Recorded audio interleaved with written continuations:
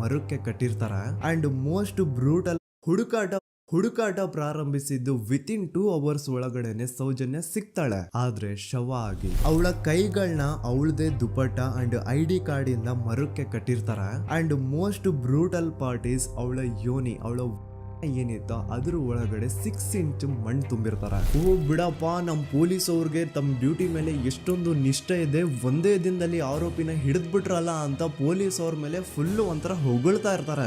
ಆದ್ರೆ ಪಾಪ ಜನರಿಗೆ ಎಲ್ಲಿ ಗೊತ್ತಿತ್ತು ಈ ಕೇಸ್ ನ ರಿಯಲ್ ಆರೋಪಿ ಬೇರೆ ಯಾರೋ ಇದಾರೆ, ಪೊಲೀಸ್ ಅವರೇ ಈ ಕೇಸ್ ನ ಮಿಸ್ಲೀಡ್ ಮಾಡೋದಕ್ಕೆ ಸುಮ್ನೆ ಸಂತೋಷ್ನ ಅರೆಸ್ಟ್ ಮಾಡಿದ್ದಾರೆ ಅಂತ. ಪೊಲೀಸ್ ಅವರು ಈ ಕೇಸ್ ಅಲ್ಲಿ ಕರಪ್ಟ್ ಆಗಿದ್ದಾರೆ, ಪೊಲೀಸ್ ಅವರೇ ಸತ್ಯ ಮುಚ್ಚಿಡ್ಲಿಕ್ಕೆ ಟ್ರೈ ಮಾಡ್ತಿದ್ದಾರೆ. ಹಾಗಾಗಿ ಈ ಕೇಸ್ ನ ಇನ್ಮುಂದೆ ಪೊಲೀಸ್ ಅವರಲ್ಲದೆ CBI ಅವರು ಇನ್ವೆಸ್ಟಿಗೇಷನ್ ಮಾಡಬೇಕು, ಈ ಕೇಸ್ ನ CBI ಒಪ್ಸಿ ಅಂತ ಅಗೇನ್ ಪ್ರೊಟೆಸ್ಟ್ ಗಳು ಸ್ಟಾರ್ಟ್ ಆಗ್ತವೆ. ಸೌಜನ್ಯ ಕೇಸ್ ಒಂದೇ ಅಲ್ಲ, ನಾರಾಯಣ ಹಾಗೂ ಯಮುನಾ ಕೇಸಲ್ಲೂ, ವೇದವಲ್ಲಿ ಕೇಸಲ್ಲೂ, ಆ ಬ್ಯಾಂಕ್ ಮ್ಯಾನೇಜರ್ ನ ಕೇಸಲ್ಲೂ ಹಾಗೂ ಪದ್ಮಲತಾ ಕೇಸಲ್ಲೂ ಸೀದಾ ಡೈರೆಕ್ಟ್ ಡೌಟ್ ಬರೋದೆ ಊರಿನ ಗೌಡ್ರ ಮೇಲೆ. ಸೌಜನ್ಯ ಕೇಸ್ ಬಿಟ್ಟು ಆ ಇನ್ನೊಂದು ಕೇಸ್ ಯಾವುದು, ಅದಕ್ಕೂ ಸಂತೋಷ್ಗೂ ಏನ್ ಸಂಬಂಧ, ಅದ್ರಲ್ಲಿ ಯಾಕೆ ಸಂತೋಷ್ನ ಪೊಲೀಸ್ ಅವರು ಫಿಟ್ ಮಾಡಿದ್ರು ಅಂತ ಪ್ರತಿಯೊಂದು ಹೇಳ್ತೀನಿ.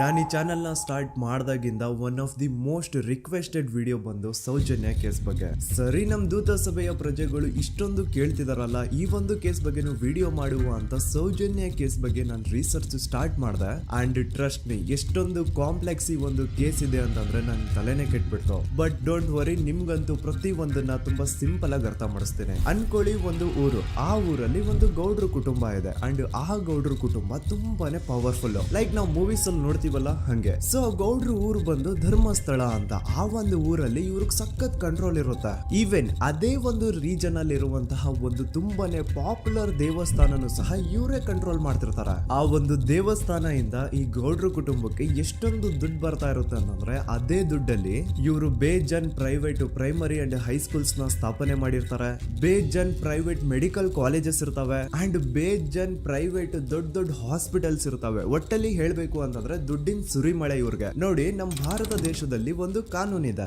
ದ ರಿಲಿಜಿಯಸ್ ಎಂಡೋಮೆಂಟ್ ಆಕ್ಟ್ 1863 ಅಂತ.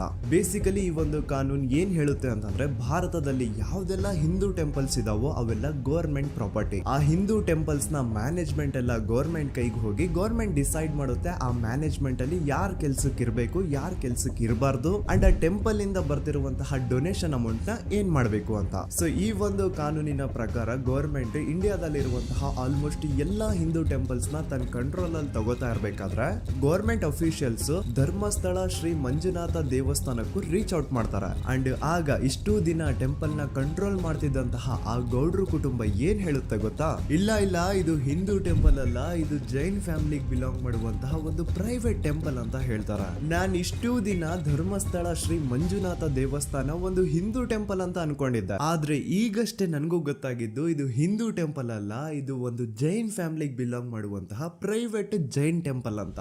ಸೊ ಹೀಗಾಗಿ ಗವರ್ಮೆಂಟ್ ಅಫಿಷಿಯಲ್ಸ್ ಏನೂ ಮಾಡಕ್ಕಾಗದೆ ಇವತ್ತಿನವರೆಗೂ ಈ ಒಂದು ಧರ್ಮಸ್ಥಳ ಶ್ರೀ ಮಂಜುನಾಥ ದೇವಸ್ಥಾನನ ಒಂದು ಪ್ರೈವೇಟ್ ಟ್ರಸ್ಟ್ ನಡೆಸ್ಕೊಂಡು ಹೋಗ್ತಿದೆ. ಅಂಡ್ ಆ ಪ್ರೈವೇಟ್ ಟ್ರಸ್ಟ್ ನ ಓನರ್ ಯಾರು, ಅದೇ ಗೌಡ್ರ ಕುಟುಂಬ. ನೋಡಿ, ನಾನು ಈ ವಿಡಿಯೋದಲ್ಲಿ ಯಾರ್ದನ್ನು ರಿಯಲ್ ನೇಮ್ಸ್ ನ ಬಳಸ್ತಿಲ್ಲ. ಪ್ರೀವಿಯಸ್ಲಿ ಬೇರೆ ಯೂಟ್ಯೂಬರ್ಸ್ ತಮ್ಮ ವಿಡಿಯೋಸ್ ಅಲ್ಲಿ ರಿಯಲ್ ನೇಮ್ಸ್ ನ ಬಳಸಿದ್ದಾರೆ ಅನ್ನೋ ಒಂದೇ ಒಂದು ಕಾರಣಕ್ಕೆ ಅವ್ರ ವಿಡಿಯೋಸ್ ನ ಡಿಲೀಟ್ ಮಾಡಿಸಿದ್ದಾರೆ. ಸೊ ಅವ್ರ ಜೊತೆ ಆಗಿದ್ದು ನನ್ ಜೊತೆ ಆಗೋದ್ ಬೇಡ, ಸತ್ಯ ಮುಚ್ಚ ಹೋಗೋದು ನನ್ಗೆ ಇಷ್ಟ ಇಲ್ಲ. ಹಾಗಾಗಿ ನಾನು ಇಲ್ಲಿ ರಿಯಲ್ ನೇಮ್ಸ್ ನ ಬಳಸ್ತಿಲ್ಲ. ಆದ್ರೆ ನಾನು ಯಾರನ್ನ ಪಾಯಿಂಟ್ ಔಟ್ ಮಾಡಿ ಹೇಳ್ತಿದ್ದೀನಿ ಅನ್ನೋದು ಮಾತ್ರ ನಿಮಗೆ ತುಂಬಾ ಕ್ಲಿಯರ್ಲಿ ಅರ್ಥ ಆಗುತ್ತೆ. Don't worry.